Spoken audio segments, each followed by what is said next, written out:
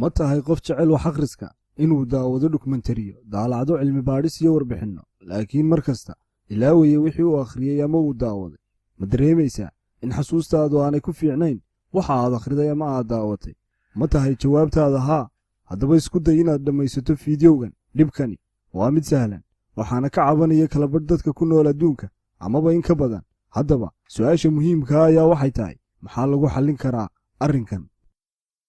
haddaba daawade waxaad u baahan tahay inaad fuliso 4 qodob si aad u noqoto qof waxa uu akhriyey ama uu bartay aan ilaawin mar walbana xasuusta aynu kala qaybinno 4tan qodob 2 qaybood input iyo output ama haddaynu si kale u dhigno qayb ah macluumaadkii aynu helnay iyo qayb ah wixii inaga soo noqonayay kadib marka aynu helno macluumaad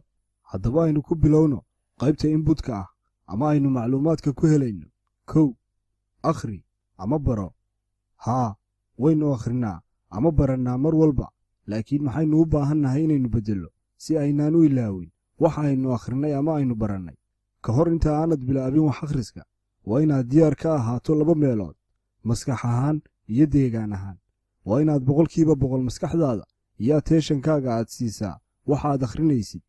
waa inaad diyaar u ahaato deegaan ahaan kana fogaato dhammaan waxyaalaha ku mashquulinaya sida moobilkaaga ama dadka kale sida asxaabtaada haddaba marka aynu si qoto dheer u akhrinay una fahanay wixii aynu akhriyaynay waxa weli sahlan inaynu ilowno haddaba si aanu wax akhriskeennu u noqon hal bacaad lagu lisay ama wax iska akhri ah oo aan faa'iido kale inoo lahayn waa inaynu samayno output ama soo celin waa in wax naga soo noqdaan kadib marka aynu helno macluumaad 2 ku fikir waa inaad ku fikirtaa waxa aad akhrinayso isku soo celi adigu samay humaag waa inaad garataa sidee ugu dabaqi kartaa naftaada macluumaadkan cusub haddii aad su'aalahan naftaada weydiiso waxaa hubaala inay wax badan kaa caawin doonaan inaad xusuusnaato wixii aad akhriday qodobka 3 fuli marka aad ogaatay qaabka aad ugu dabaqi karto noloshaada qoro key pointiska ama qodob kasta oo muhiim kuu ah kuna fuli noloshaada caadiga ah oraah ayaa waxay tidhaahdaa use it or lose it isticmaal ama ka quuso waa sidaa xaqiiqdii haddii aanad noloshaada ku adeegsan wixii aad akhriday waa hubaal inaad ilaawayso maalin uun maxay tahay sababta aynu wax u akhrinaa ama u barannaa haddii aynaan nolosheenna ku beddelayn